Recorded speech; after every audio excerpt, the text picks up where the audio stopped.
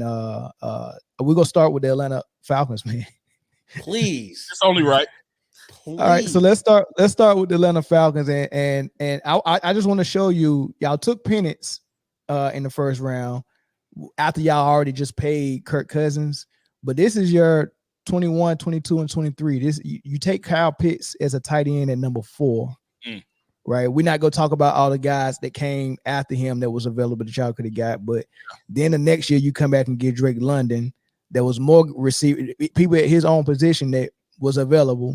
But I like the Drake London pick. I'm not even gonna hate, and I borderline like the Kyle Pitts pick, but they're turning out not to be what they thought it was going to be. And then you come back in 23 after you drafted Algier in 22. And he had a phenomenal rookie season for you. You come back and get Bijan Robinson, right? So a lot of questionable things. Hopefully it pays off. It still has the opportunity to pay off.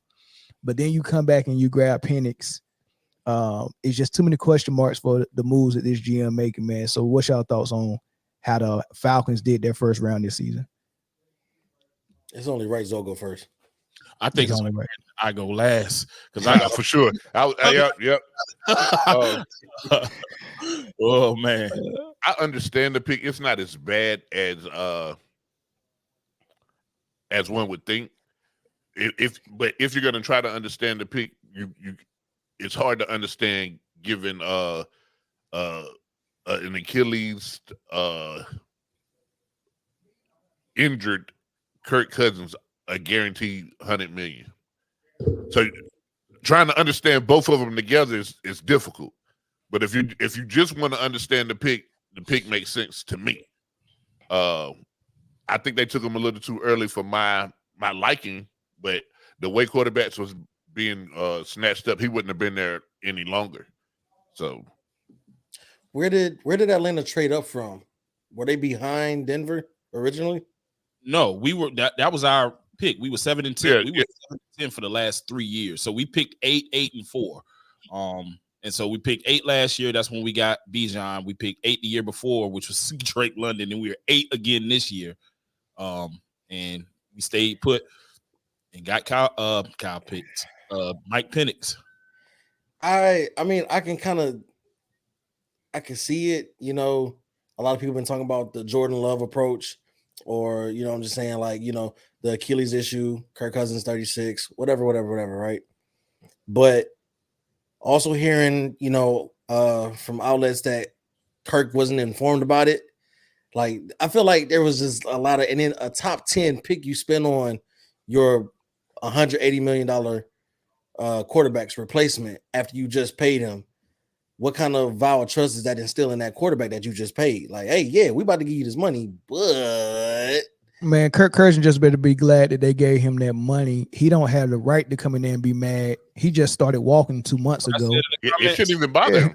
Chris, Kirk, go shut your ass up and win some games. Yeah, he just started walking without a crutch 2 months ago, and ain't threw a football for Atlanta. And you ain't got the right to come in there and be like, man, why you doing this? Now, Aaron Rodgers, he did because they was 13 and 3 that year with Aaron Rodgers. That's why I say it is different. But it is what it is. Listen, you got $100 million guaranteed. They're gonna play you. You're not in the competition this year. Yeah, no, you're not in the competition next year. It's the years. Unless you play yourself to the bench. Right. I just think but those Atlanta fans, that's what it is. Kirk knows. He has one bad game. Those Atlanta fans coming for his neck. They coming for his neck. Hey, but it's also good to have a quarterback just to compete with you in that room. I mean, Alex Smith, he wouldn't throw the ball past 10 yards back when we had him. You put Patrick Mahomes back there, he was spinning. So maybe that's maybe that's that boy he's seen 15 at practice. He was like, I got to do something different. So maybe that's what I picked up in this. And Kirk is 35 coming off an Achilles injury. Like you can't trust him in a long spot. Is it possible that Kirk can lose the position at training camp? Not this year. Not this year. No, not this year. The only way that he isn't the starter this year, I think, is if he's not healthy. I think what? If he has a setback. injury But history. we thought this same thing. We thought this same thing about Cam Newton in New England, and they bring in a dude that they don't even believe in no more. Did they get rid of Jones already? Bingo. Jones. Bingo. He's out of there. He's in Jacksonville. Cam now. Newton lost he lost the job in training camp, bro. I'm gonna let you in on a little secret. But Cam Newton wasn't brought in to be the starter. That minimum, he wasn't getting paid $100 million. Yeah, Cam Newton wasn't brought in to be the starter. First off, I'm gonna just go ahead and clarify that right now. It's just the fact that he was outplaying them in practice and in training camp. It's like they would be a fool not to put him in there, but they put him in a bad situation again, right? You put him in there and expect to make lemonade out of shit.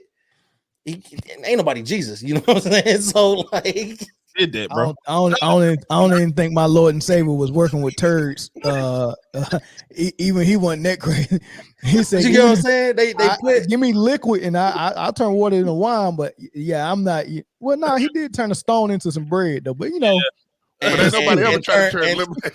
And what was it? And what was it? Two fish and 5 loaves and fed thousands. The ultimate fish fry. You feel me? So listen, but you can't expect Cam Newton to come in there and spit polish your organization when you don't got the materials to polish it in the first place, right? So he was brought into a bad situation in the first place. So I can't hold Cam against that, right? Yeah. But this situation, it kind of sits awkward with me because it's like you went and got your quarterback, right? Now you have a franchise quarterback. Granted, it's not you don't have a 8 or 10 year franchise quarterback, right? Yeah, Kirk is on the backside of his career, right? But still, we know what he could do. We've seen it before the Achilles. He's good for 350 a game. He's good for 4 touchdowns whenever, right? As long as you got some weapons for him to throw it to, he'll get it there. So we've seen that, right? So you put this trust in him, like, hey, we about to give you this money, get you 4 years. It wasn't like no 3 year, it wasn't no little crazy kind of like half vet minimum kind of contract. It was like a 4 year, 100 plus, yada yada yada. And then your first pick inside the first 10 was another quarterback. Like I would be offended. All right, we'll go ahead. My bad. Yeah, I'm not gonna spend a lot of time on this. Last night I was perplexed to say the least. In the beginning, I was confused. I didn't really get it. I didn't understand it. But I think that was the fandom talking, knowing that the thing that we just want, I just want a playoff berth. And so any guy that is willing to help the franchise now is what I expected at 8. I don't expect Michael Penix to help us now. But him everything but his name. Yeah, I don't call that man 3 different people. But yeah, man, I don't expect them to help us now, but I get it. Now I get it and I understand it. Yes, we gave Kirk Cousins a 4-year deal, but it's front loaded like crazy. It's $100 million guarantee, and 90 of that $100 million is in the first 2 years. So it's a 2-year deal essentially. Like they paid him. He getting 45 for the next 2 years, and that'll be the test of whether or not he's still an Atlanta Falcon year 3. And in the event that he's not, which I'm leaning toward, he's probably not. He'll be going on 38, 39 around that time. We got a plan in place. If you watched our quarterback play the last 2 years, you would not be upset with this at all. They want some options. They want some options. Gotta have options. We gotta have options. And I hear people talking about, I'm not worried too much about Penix. I was a little worried about his injury history, but he did spend 2 healthy seasons at Washington and balled out. I'm not worried about his age because he's 23, turning 24 this year. So is Jaden Daniels. Granted, Jaden Daniels probably start day 1. But at the end of the day, I'm not mad if he's starting his starting tenure as the Falcons leading guy at 26 years old, because I think he's honestly the most prepared. He's a 6-year senior. He's played a lot of football, got overcome a lot of stuff. But at the end of the day, Kirk Cousins, I don't want to hear from you, bro. I don't want to hear you. Don't say nothing. Just play ball. Like that's what I want him to do. He's upset. You upset? We gave you $45 million in for 1 season after tearing your Achilles. You tore your Achilles. Yeah. I mean, like that is a crippling injury, and we put the faith in you and the money in your pocket to show that, okay, we're gonna give you an opportunity, but we be fools to bank on that because dudes don't come back from Achilles injuries a lot of the times, especially in basketball, of course not, but in football too. It's a lot of contact, a lot of mobility, a lot of footwork at that quarterback position.